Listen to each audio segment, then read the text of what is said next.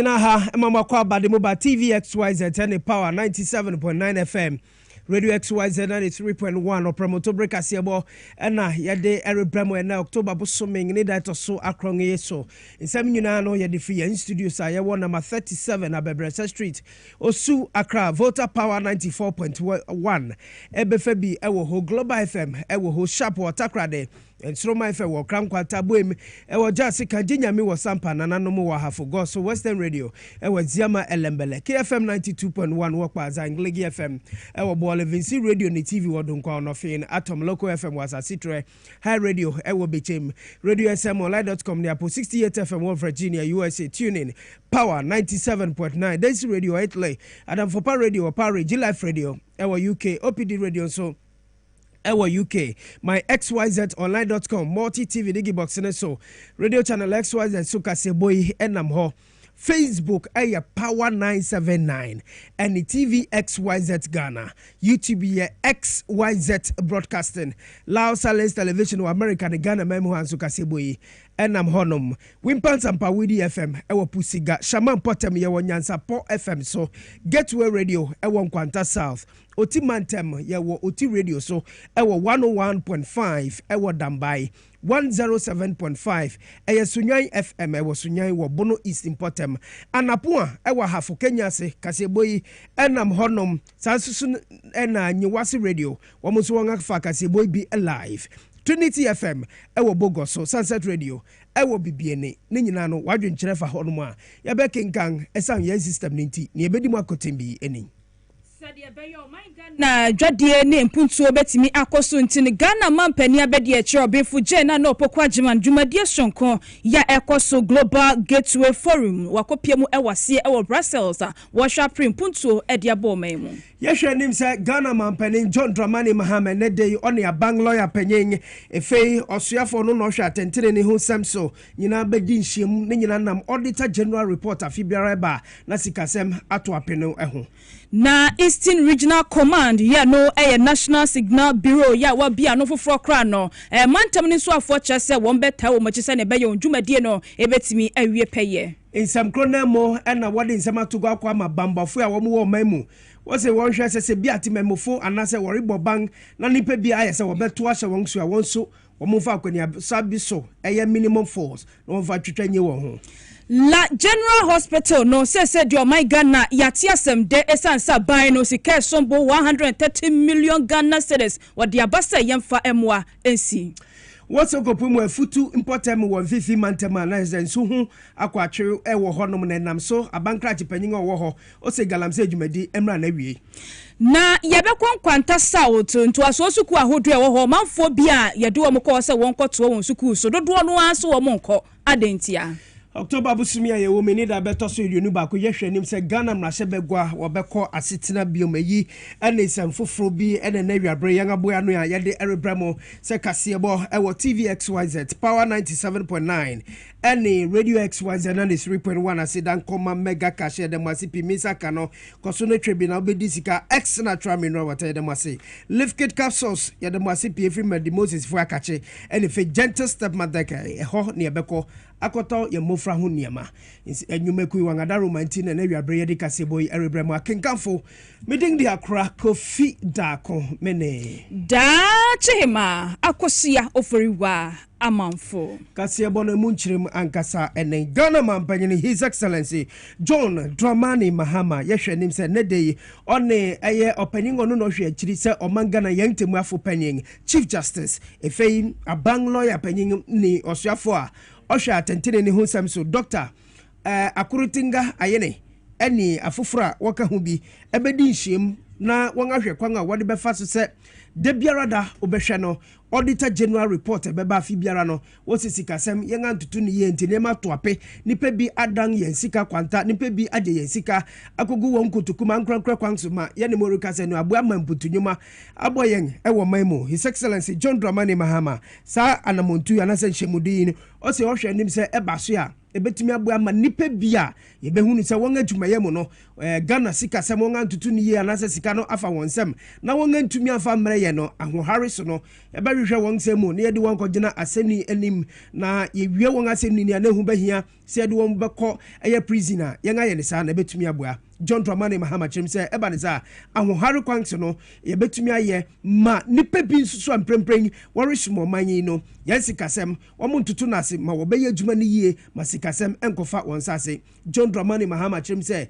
eba ne sampo na ekoba se nipa no bekwakodi bese busumi esia ewe fiase ewo nsawoma wobeye ne sase ne be ya obi biara obenya akwanya so obesom omanyi no obeso no kwampaso na brebia akoso ye ede amaye His Excellency John Dramani Mahama ede nsemi etugwa ewo 12th annual conference of chairpersons and governing board and councils, chief directors, chief executives and the public service wamuwo omemu honum adwumadina eba so and His Excellency John Dramani Mahama ede nsemi etugwa botai anase theme wamugina so masa adwumadi wodidi strengthening public sector leadership and governance to enhance service delivery. Brian John Dramani Mahama Orikasano, na wisdom headed Jome, Ejina Ho. Jumedie at the board of directors, CEOs, and I'm paying for Hodoya or that parastatus, Dodona, and NBPM, a year from Mantemuha. Wabra, His Excellency John Dramani Mahama, Edin and Udisem Etujachre Muse, or share the affirmative action law, and what being here, pa, say, Animuano, or the Asedia Kessie, and I'm at the Public Services Commission, so one share, na sa percentages, ya embrano, Amahokwan, one share na into me embrem. The affirmative action is no longer a bill, it is a law. It is an act of parliament, and so we're supposed to comply. And it says that by 2026 we should be at 30%, and by 2028 we should be at 35%, and by 2030 we should be at 50%. So it means that we do have a shortfall. You ask them to send the names for inclusion in the governing board, and every single one is a man. And I mean, you just find it difficult. I was very embarrassed when we were inaugurating some of the boards, and they were all male boards. It's not acceptable. And which they say, Akuntebu yadia ebitumi abuana or my Ghana etumi afan into mapa efra. We have laid down procedures. We're supposed to follow procedure in doing the things that we do. It might be cumbersome following the procedure, but it's better to do it so that you're able to track and trace that it went through the normal procedure and that you took cognition of all the things that make you accountable, so that tomorrow somebody doesn't come and call you to, I heard a song, Iyo Koko Koko. Somebody doesn't call you to Iyoko. Eba a year, the Auditor General's report, infractions, yeah, Ekosu Ewomuna, His Excellency John Dramani Mahama Ashe, say anymweni we are no. Washe say on a finance minister, Sanso and Auditor General and Attorney General Bishia, now washe say to me aye, now one a beba say with this cano or the one ako in Sawam. Persons who found guilty of infractions or do not follow due procedure or lead to loss of public resources, we must have a fast track process to Sawam, you know. Fast track before you see you in Sawam, 6 months. You know, until we do that, until there's a deterrent, we're going to come every year and they say total misappropriation and infractions of found out by the Auditor General is about 15 billion cedis. I mean, if we save 15 billion cedis, can you imagine what it could do? Eye wisdom headed German amane ebo a odi free omampanyinga tena bra wokopuemu ewo from mantem ahinkro home na what is adwumade hihye so na ode abrayeng no we amane ebo yensa ka chemse sanhye mudi no efiase nti wizi gusu wo hono ma oribon pampe ebrepem no yensa ka no na nia omampanyinga ne fe mpanyefo ibeka no emukyeremu nyina ye de bebrayeng atiefo ne fe ahwefo nyinara. Yetwa Kasiebo no eso na Ghana mampani abedi echo binfu je na opoku ajeman meka say no wakopiemu ewo Belgium mine emo na emo no Belgium ahinkro ya ye fene se Brussels Sabre eho na wakwakopia wenu eye dwumadie shonko Global Gateway Forum ya ekoso ya wenu wo hwede mu se wiase amansa nyina da ye ka business leaders a won mu nyina eba bedi ahyemu na wato adwen kwan ya ye befa so na yaboa ama adwadie mu nsem nempo ye ka investment ho nsɛm a atimi agina brane ɛwɔ wiase amansan nyinaa na we no wɔkyerɛ mu a ɛyɛ partnership ahodo ɛna ɛkɔso ya European Commission ɛna bio nso so no Global Gateway Investment Strategy wɔne World Bank Group no ɛna wakɔ ntoma abachi mu a wɔhwɛ sɛ wɔbɛtimi abɔ kwan papa ato hɔ no na yaboa ma bibi te sɛ investment ho nsɛm no atimi agina brane na wɔkyerɛ mu a wɔn wɔ project ahodo makomako bɛyɛ edunwɔtwe a wɔn ɛhwɛ sɛ wɔn ɛbɛtimi aka ho asɛm ɛno akyi kora no wɔn strategies na naso wɔn sectors no wɔn akyɛm bɛɛ mmiɛnsa hɔnom titiri paa ɛna saa nhyiamudie no wɔn ɛbɛkasa ɛde afa ho deɛ di kan ɛyɛ ogyahoɔde ɛho nsɛm deɛ ɛtɔ so bio ɛyɛ akɔbadie ho nsɛm ɛna bio so abɛɛfo kwan a yɛfa so ɛdi dwuma wɔhwɛ sɛ saa namontoɔ nyina no ɛbɛtumi akɔ so ɛwɔ bibrem amaman ahodoɔ so ɛno akyi bɔwura mu wɔ baabi te sɛ Asia the Pacific ɛna bio so no Latin America ɛne Caribbean na ɛno akyi ɛna wɔkyɛ sɛ wei ɛyɛ nhyiamudie sonko a wɔhwɛ ne mu sɛ yɛka enyuma ho nsɛm ɛne sikasɛm ntotoyɛ yɛbɛtumi de aboa pagya ama enyuma atimi agya ne nase a ne nanso a ɔno so wɔbɛhwɛ sɛ wɔbɛtumi aka ɛho nsɛm paa na panipa ya wɔno ɛne president ɛde ma World Bank Group no ɛyɛ Ajay Banga wɔbɛyɛ wɔgyina simpie so ɛnɛ dua yi ɛkasa no ɛna wɔde ato dwa a wɔkyɛ sɛ wɔno deɛ n'ani so adi hunu kɛseɛ paa ne sɛ yɛbiebie nnwuma yɛ creating of jobs no ɛno ne adeɛ a ɛtumi ɛbɔ kwan to hɔ ɛma ɔmanfoɔ ɛtumi ɛde wɔn ho ɛwuram wɔsi ne utwa wani ɛhwɛ wiase mansa nyinaa yɛka dwuma ho asɛm a ɛno yɛ adeɛ baako a kyerɛ sɛ ɔmanfoɔ dodoɔ no a ɛni ɛwɔ ho yie paa eti nhyiamudie no a ɛkɔ so ne yadeɛ bi a wɔn hwɛ sɛ yɛbɛboa ama enyuma mu nsɛm no dane da ɛtumi ɛgya ne na so na osusu sɛ European Commission no ɛne World Bank Group no akɔ wɔn ntoma abakye mu deɛ wɔbɛtumi abie ɛpono bi a emu ato ne titiri sikasɛm mu na ɛtumi ɛgya ne na so na yɛka ɛsunsunsuanso papa no nso a ɛtumi ɛdaadie na no si yapɛ ɛna president ɛma European Commission no ɛyɛ Ursula von der Leyen wɔn nso ɛkasa yɛ ya wɔde to dwa ya wɔkyɛ sɛ wɔhwɛ saa partnership ya sɛ no wɔn de agua kwan mu wɔne World Bank ya wɔsi we no wɔbɛpagya ama nakɔ the next level wɔn boa ama nakɔ anim paa na wɔn bɛnya framework bi a ɛno nso bɛtumi aboa amamuo papa abre ne abre no project ahodoɔ a wɔn pɛ sɛ wɔn de wɔn ani ɛkɔ ho no wɔn bɛyɛ sɛ wɔn bɛtumi amonita na tumi agya na so sɛnea ɛbɛboa bibi te sɛ akɔbadie mu nsɛm yɛka ogyahoɔden mu nsɛm ɛna bio nso so no yɛka abɛɛfo kwan a yɛfa so ɛdidi dwuma a ne nyinaa yɛ adeɛ baako a ɛdɔm makoma pro so paa yɛ a wɔhwɛ sɛ saa dwumadie yɛ ɛkɔ soɔ yɛ no ɛyɛ Global Gateway Forum yi no wɔn bɛhwɛ aka ho asɛm yie paa na yɛhwɛ ne mu sɛ Ghana mampani abɛdi akyire ɔbɛfo gye na opoku agyeman ɛbrɛ kɔ anim wɔn nso bɛgyina simpie so akasa ɛdi na no de sɛm atudwa yɛn nyina nim dada sɛ ɔman Ghana sɛ mu mampani His Excellency John Dramani Mahama ɛdi atudwa a wɔkyɛ sɛ yɛbie yɛ apromo ato hɔ ma obi bia sɛ yɛbɛhwɛ sɛ yɛbɛnya investors ahodoɔ ɛwɔ man emu enti ɔno so kɔ a wakɔi no ɛne wɔkɔbɔ ɔman Ghana ho daro papa na wahwɛ sɛ yɛbɛtumi atwe investors ahodoɔ abɔ ɔman mu na yɛka investments ho nsɛm no a ɛtumi agyina brand ne mpo ɔman Ghana economy no yɛtumi anya ne poma sibrɛ na Ghana yɛtumi akɔ yɛnim ne titiriw yɛka apɔmuden ɛnwomasua ɛna efe nso so kwan yɛfa so ɛyɛ hwehwɛmu ɛboa ma ɔman mpuntuo ɛkɔ so no yɛhwɛ ne mu sɛ ɛnkyɛ bia no ɔbɛnfo gye na opoku agyema Ghana mampani abɛdi akyire ɛwɔ saa dwumadie yɛ ɛkɔ so no wɔn nso bɛgyina simpie so na wɔde na dodi sɛm ato dwa yɛ ne gusu di akyire ne nsɛm bi a bɛtɔ fam bia no yɛde mu nsɛm ɛbɛba abɛsom mu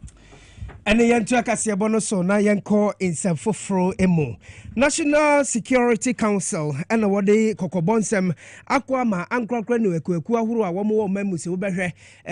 titiri apolisifo sɛ wɔbɛbɔ yɛn ho ban wɔ ɔman mu ne bia biribi bɛsi no na yɛn ato ahyɛ ɛyɛ wɔn a wɔn bɔ yɛn ho ban koro yɛ aso ne yɛboro wɔn no wɔn sɛ saa de no enye ntia mɔmɔden sɛ yɛbɛtumi agya sɛ nti saa de a wɔde afutuo ne fe nsɛm atogwa kwa ama wɔn a wɔn bɔ yɛn ho ban ti sɛ apolisifo nyina sɛ wɔn nso so ɛba ne saa na sɛ bia akuaku na sɛ ankorakora bi tu hyɛ wɔn so saa no a wɔn mɔmɔden sɛ wɔbɛtumi adefɛde wɔn ho wɔbɛyi so minimum force ɛde adefɛde wɔn ho ɛyi ɛyɛ nkratase a ɔsoafo a no hwɛ efisɛm so na ɔno koro ya sanhwɛ national security wɔn adwumadi so owura Muntaka Mubarak Mohammed ɛde sansɛm yi ɛtogwa no ɔkyerɛm sɛ wobɛhwɛ ɔman mu no bibiri kakra bi si a titiri timemufo a police fo a wobebo ye ho ban no na nga to ahye won so bu ane ya bro won na se ne ma bi a eya ye no ensuani emfata nti o te sade no ye nyai se yere ni sa enkratase a ode aba no se ataga erikoso ede ama ye won a wobo ye ho ban no enye eti eno no undermine ye mra a ye wo omamu ne fei won boy ye ho ban so no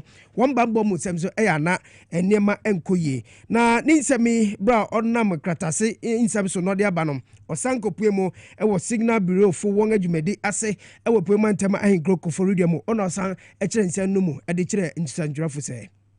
for emphasis just like the security coordinator says. I just issued a statement before I left Accra. We are not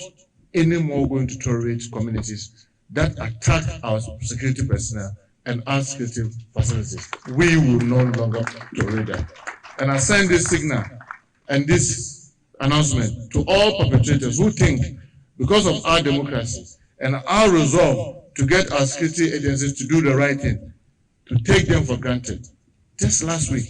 as we speak, we have more than 4 of our security agencies who are lying in the hospital between life and death, simply because they've gone out to protect life and order. We are no longer going to do that. We will let the force of the forces come to bear on any community that think that they will attack our men and women and go scot-free. That will no longer be tolerated under this government.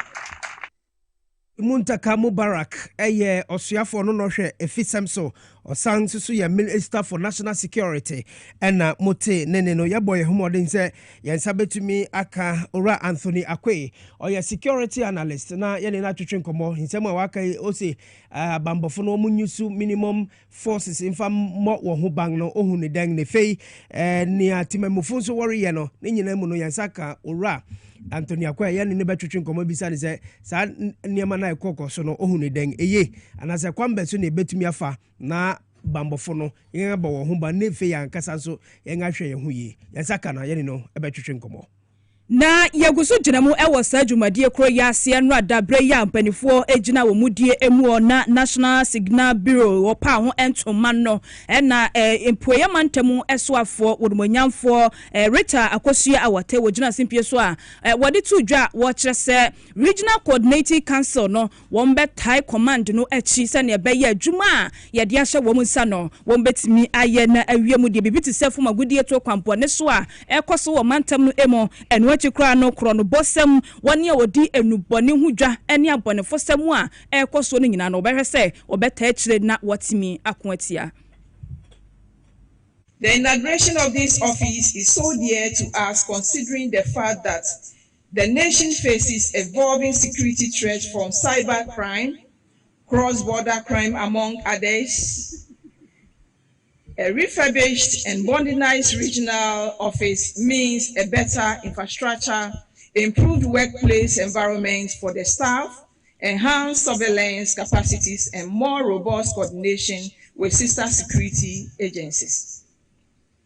The Eastern region, with its unique geographical position and socio-economic diversity, contributes immensely to the country's gross domestic product. However, the nature of the region makes it prone to insecurity and threats. The incessant illegal mining activities with its attendant environmental degradation and armed robbery, illicit use of drugs continue to threaten the region's security. It is in line with thee that we acknowledge the significance of this office and will commit to the needed resources to ensure its effectiveness to the region. A good maintenance culture is key to ensuring the long lifespan of government projects. I therefore wish to urge you all to cultivate the attitude of care and responsibility to ensure that this beautiful infrastructure, equipment, and working environment remain in excellent condition. Ayapoye mantemu esoafo na yatini kenen wachi no wasoafo ya ono ene show man Ghana ya manjuye eso ya Interior Minister Yewura Muntaka Mubarak Mohammed wono so edi to dwa chesa kadie ne niam esefata se wodemasa command no na boama wonjumadie no etimi wie peye no aban ne de nyina agua kwan mu. National security is not a solo endeavor. It is a collaborative effort. This regional office will collaborate closely with the Ghana Police, the National Intelligence Bureau, Ghana Fire Service, Ghana Armed Forces, and other security intelligence agencies in our ongoing effort to combat crime. By sharing expertise and intelligence, we create a unified, impenetrable shield against those who seek to harm our nation and its citizens. This office serves as a key resource for the Eastern Regional Security Council. Under the able leadership of the regional minister, the personnel and technology in this new office will provide the council with the data-driven insight needed to make informed decisions, deploy resources efficiently,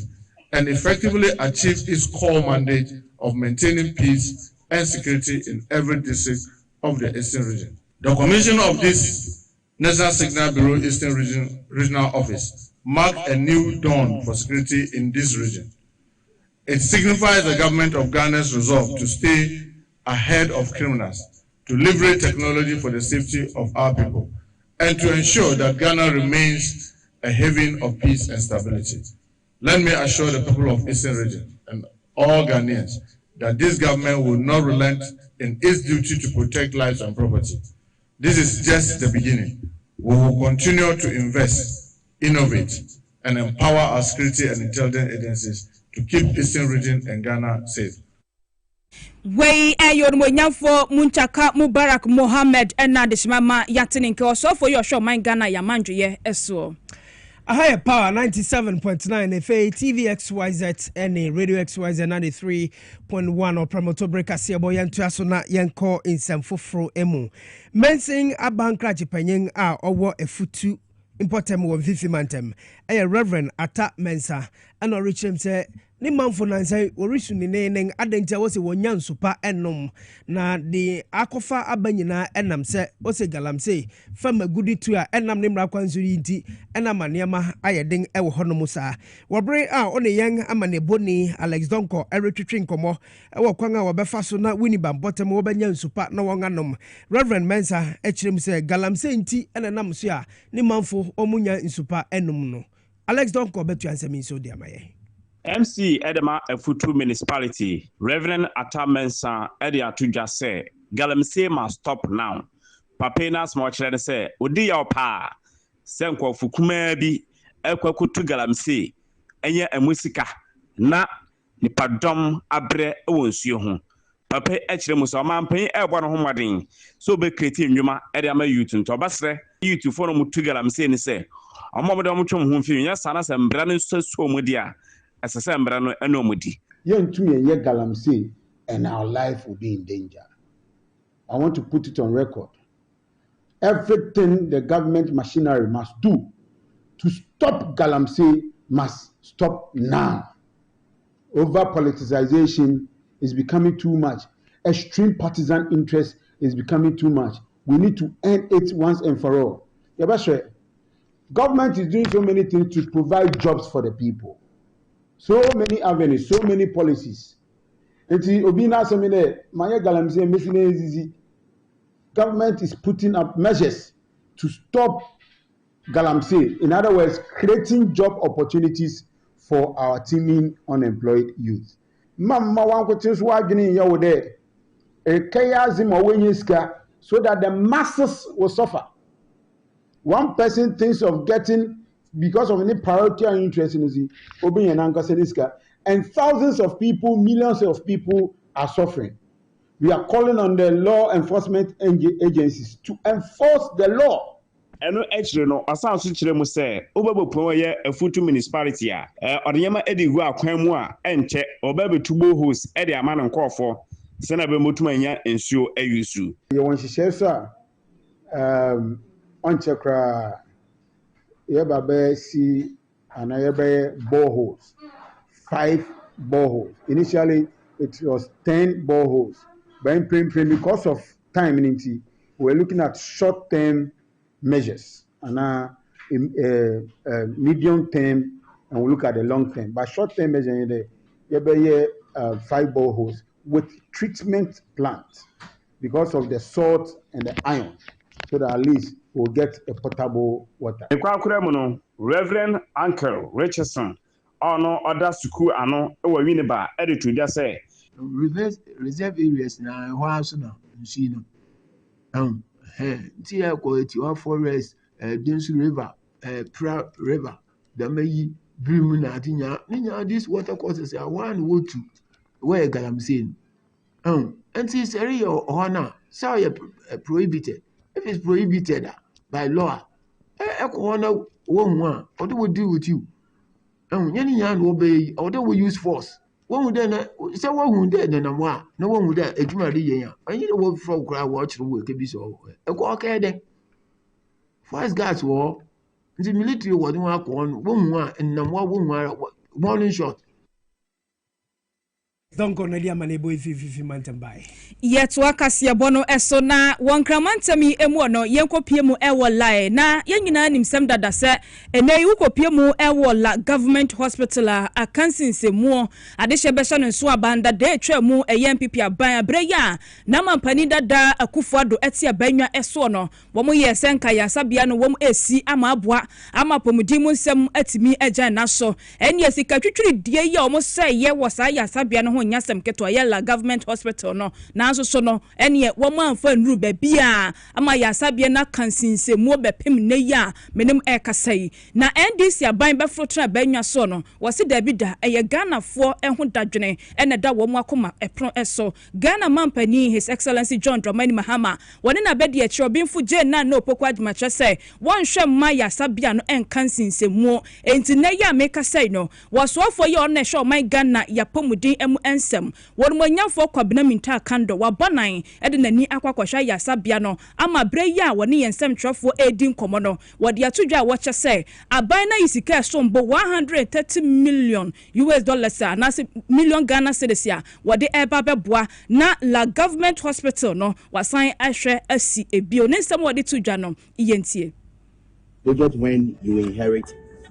there is a dedicated funding. So once you inherit, you just have to run with it. This is not a type of project.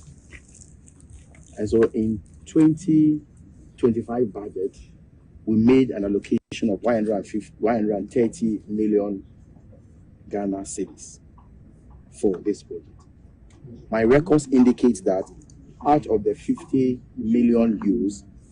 about 7 million euros have been paid, which means that we have about 43 million euros more to pay before the completion of this project. Your guess is as good as mine. I think if everything goes on well, we should be done in the next 2 years. If everything goes according to plan, we should be done in the next 2 years. So we will ensure that in the next budget, an allocation is made for that to continue. We're not going to abandon this site at all. We're going to follow it till it's fully completed. So we are interested. Yes, any other questions? It's obvious that within the catchment area is very, very big. And so if this facility is completed, the pressure on Ridge and then Lekma will go down. So it's very, very important. The area is densely populated, you know. And so I'm very sure that when this one is completed, we'll have less load on these facilities, and it will go a long way to help the people in the site, not only for health delivery, even for the economy of the area. La General Hospital no no zedie adehia wo mo la ne importamu la badi ni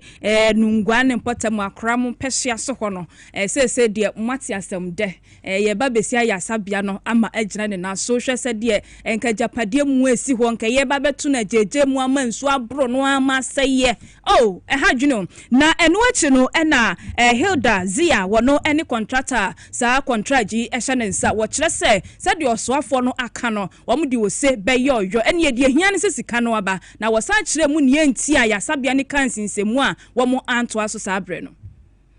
We sincerely hope that the employer can to resolve the payment issues as soon as possible so that the construction can resume and also the project can be completed as the early date. So we also want to deliver all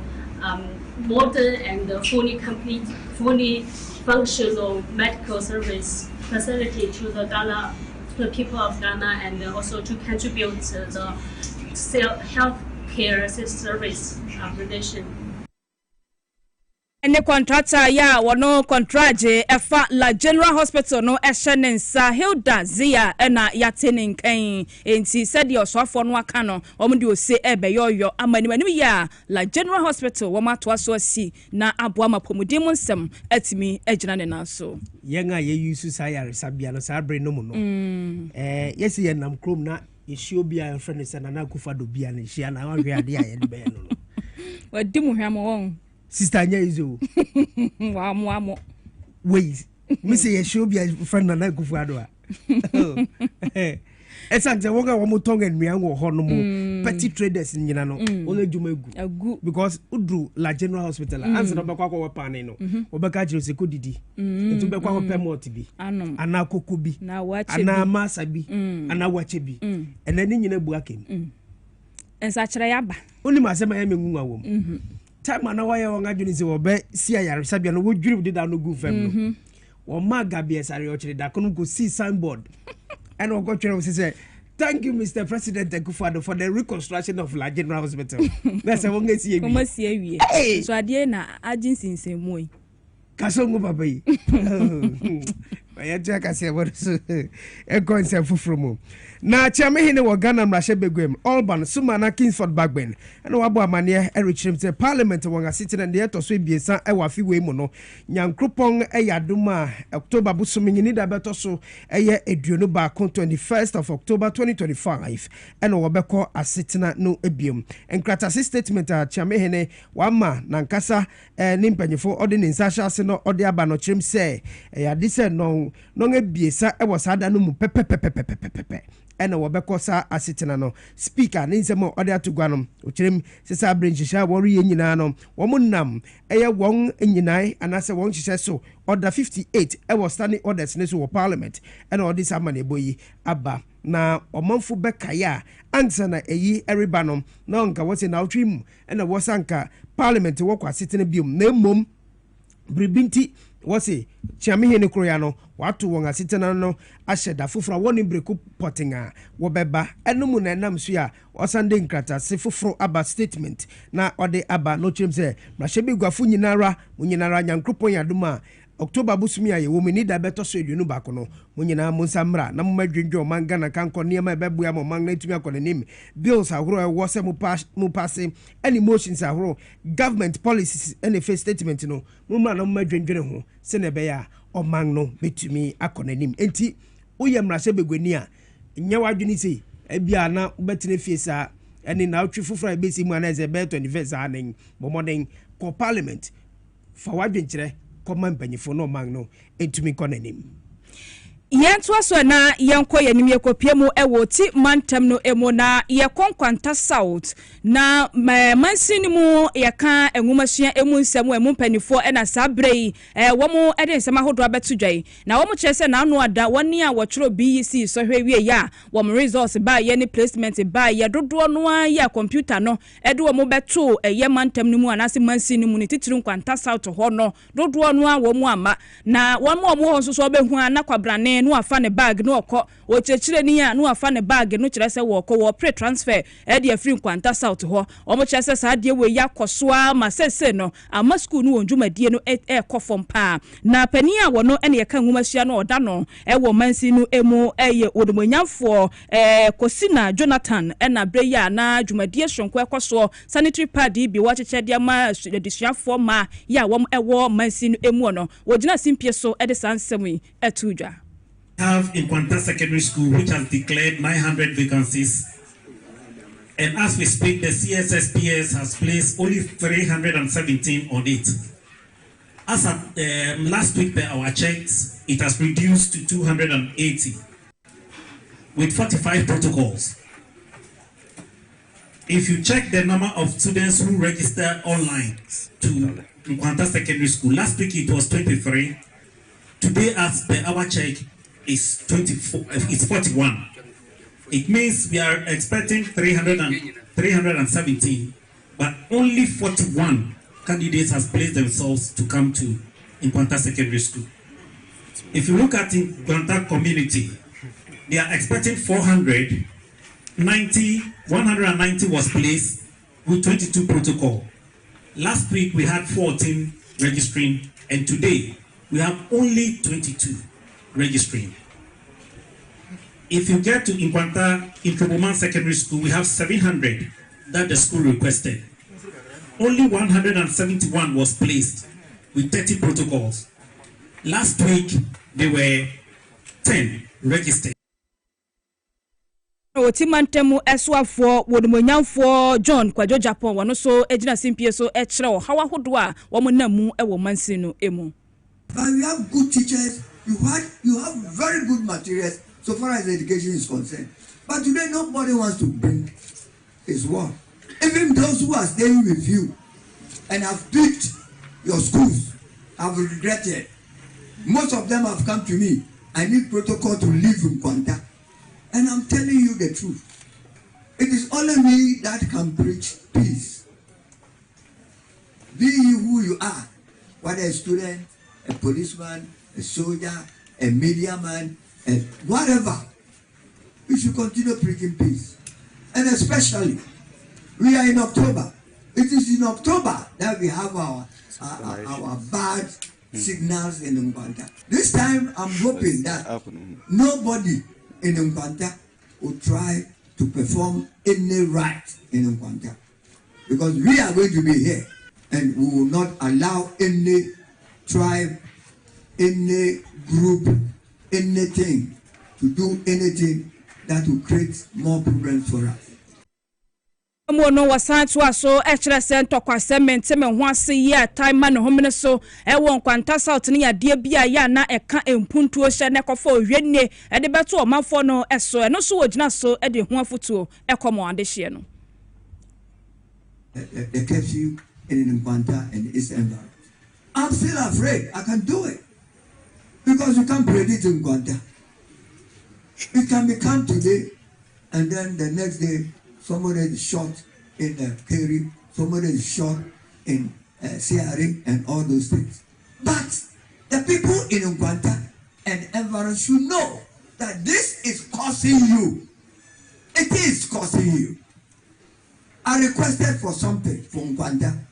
I knew from my hands-on and experience and observation, I thought that Nkwanta was the best place to put a factory, a starch factory, a big one. We brought people from Canada to come and do it. They came here before the 14th February. They went back on the 17th February. Having heard that there were conflicts in Nkwanta, we have cancelled that project. Wey ayo timantem no mu eswafo no nyamfo John Kwajo Japan ena yete ne nsam yi. Mami fasi dan koma gentle step mother ke wo se yemra ho no meto mo frantare mo frampa boya tricycle bicycle baby food and if a breast pump nyana no ye benye bi ato e wo ho no won e wo spinters won be Pogas furniture no o mo ne Afsa bank no na di nim hwe 0244 238-477 and 0245-681-085. Liftgate capsules me pacho eye dru papa medimosis fo ede aba udidi wie na aduan ntimi digest ye anase ema nipadua no moja no ntimi ne efrusan ye wo mu a me pacho Liftgate capsules no eno na no bia ebetimi aboa ye papa eye fi biara wo nipadua no mu na ebeboa ma wadwene so aye chuma kama me pacho ba biara ye to ngedru Ghana fa na nyina dru ho no ma obenya bi atopedudu etu ano from Medimosis was 0244 068 447. X natural mineral water ayenso papa me pacho de biara da ye ka hu asem Food and Drugs Authority for wangaje atuminti me pacho bra yen aduma mu ha anase komeko mo biara mu nakotobi ochina eye fida ye beko yi ye beko outdoor weddings ni ade me pacho Freyen what 0596273546 and 0596273547. X natural mineral water na simply natural means aka promo no eye *274# *274# *274# into modern fa phone no twa bi ye betu 5 Ghana cedis pe na ubedi sike yi papa ye nam National Lottery Authority one characters platform ne so ene ye de dwumade every ebramo nti bo modern na fa ho jemu be saranso so na mega cash no eno so ni code no eye star 426 star 5 eno no menga hihye boxes no 1 to 6 eno so no yi baako uchusu baako a ebebu ye ma ubedi sika mro so manga ne hye begina ye so akoje nga bafo nkrato ye beba sempi wachi ade beso mo wo Kasiebo iso.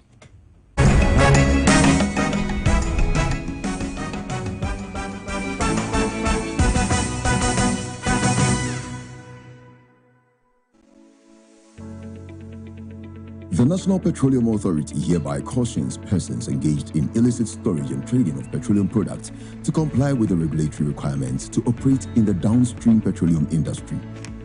The NPA Act clearly stipulates that no individual shall engage in any commercial activity related to the importation, exportation, re-exportation, shipment, transportation, processing, refining, storage, distribution, marketing, or sale of petroleum products in the downstream industry without first obtaining a license from the NPA board.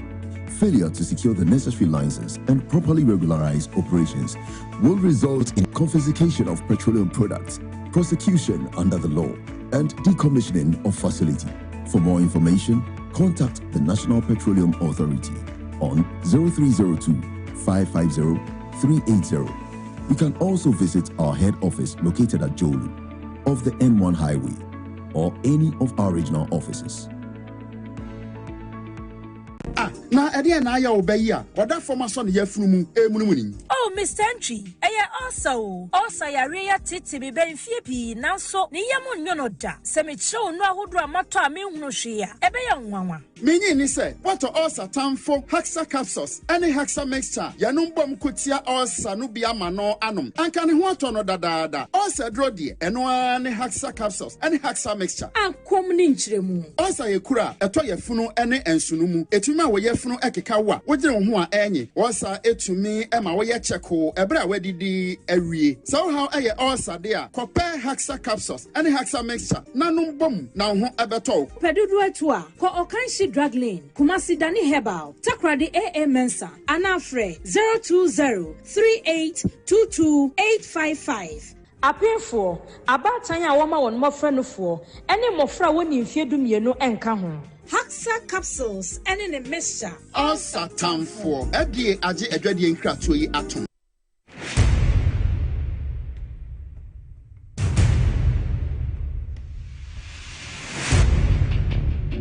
The average human body mass should have at least 60% water for optimal performance in any physical or mental exercise. We can help you maintain it naturally.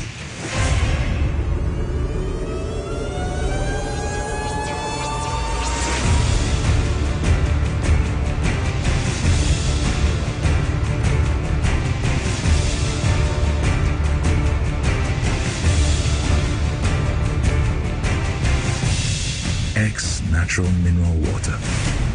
Simply natural. For bulk purchase, call 0596 273 546 or 0596 273 547. This advert is FDA approved.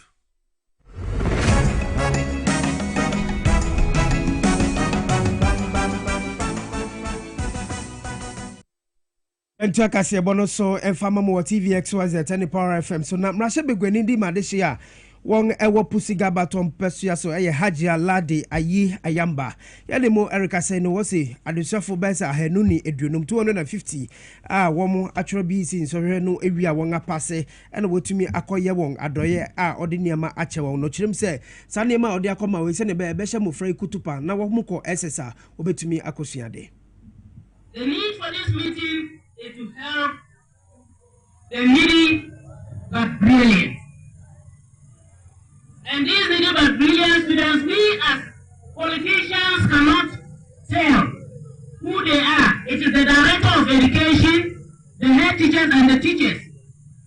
They are those that will be able to tell us. I have given a litany of activities and also made it clear how we want to support in education. We have some projects that will be taken up at our senior high school and our College of Education. In our College of Education, we have a 2-story, 12-unit classroom block to be constructed. Chi mense no abankra chepanyin a owo ho eye Akuri Haruna Abdul Rahim enso kyerem sa kyerkyere fo won hawa omo na mu e wo mense no mu no wo behwe se bebeso ano de ama wo. Also been taken to have teachers being posted to the district to replace the shortage of the teachers in the district. As our education director has complained that our teacher situation in Busuga is woefully inadequate. And I, as a DC and MP and the leaders of Busuga, were making a step. The Crocremo and Mebung a womo mensinum, Echem said, one Rasha Begweni, a chadi or the adbre, Sadison Fuino, why are the yepa into what I say. Repemono Yansaka, Nenina, Yadibebre, Etiefu Nefe, Ashrefo, Wamusha, Yawa TV XYZ, na Musumusa Tiang, our parafan, Nefe Radio XYZ, so na, Omanga de Shea no Suni, Bejina, Nevia Promotobre Kasiebo, a work as a free, Ebi San Eso, Ewo, and Kramantamono, ha, near the Ninara, Ebifi, yet the free. Number 37, Abebresa Street, Osu, Accra. Ansana, Yebeko, Crano, a ye, mu messages, Nibi, NFA, birthday wishes, Amudia Brain, Muma Yanfantus, na Yan Wishi Wotu, na Yanko, Emmanuela. Emmanuela Afenope, uye minua berima ima Afenope ni babia uwa elubum prempreng yama happy birthday unyami unshira uye pa wakuma swade mpaibwa yenye na yaribo eni ni oma minimu yari yenye na no yebo mbaize yu unyami be shirao no wabo hubang yebo mbaize wama kuma imra fem na unyini cheye Emmanuela, once again, happy birthday to you. Uofa, mimo happy birthday. Aku. Na happy birthday, Shonko Enko Enfa Emma, Right Reverend Atu Befi Himson. Wano ene Bishop Nkoko Diocese Methodist Church no ene na woda enti Right Reverend Atu Befi Himson. Awoda pa Enko Enfa ma Tredia Ponyankopon Show pa na wanyo kese na wonwo sra no enkosoa ennos na emuso ema afofro na me konsoma menchia me braba ko ye from bra ochre wo nkoko mission nyame ya dom a kwase da ebe wo maame oba panyi fosua Deborah wo de no eto empam na chese waye na yie kama ewa akrodie enti bra ochre me ma hyade pa woni abusuafo no munue ema mesu minue no manga de she ha na edin sam nyina besi ede amamo akenkanfo me ding de akra Kofi Dako mene da chema akosia oforiwa amanfo Fred Green enafenso amadubia amapoma checheku ya dubia ni mpiesie Kofi Abrantie wonyina yoma fam de boa Ella Opoku enakwa emisia so director no ye director Ralph Emmanuel Nete wono so bo adwuma pa na bioso so no ba camera so a Francis woni Willie ena wo mugina kire Elizabeth Hego ena esiesie yen yamamu nyina mo ene hwe ene tie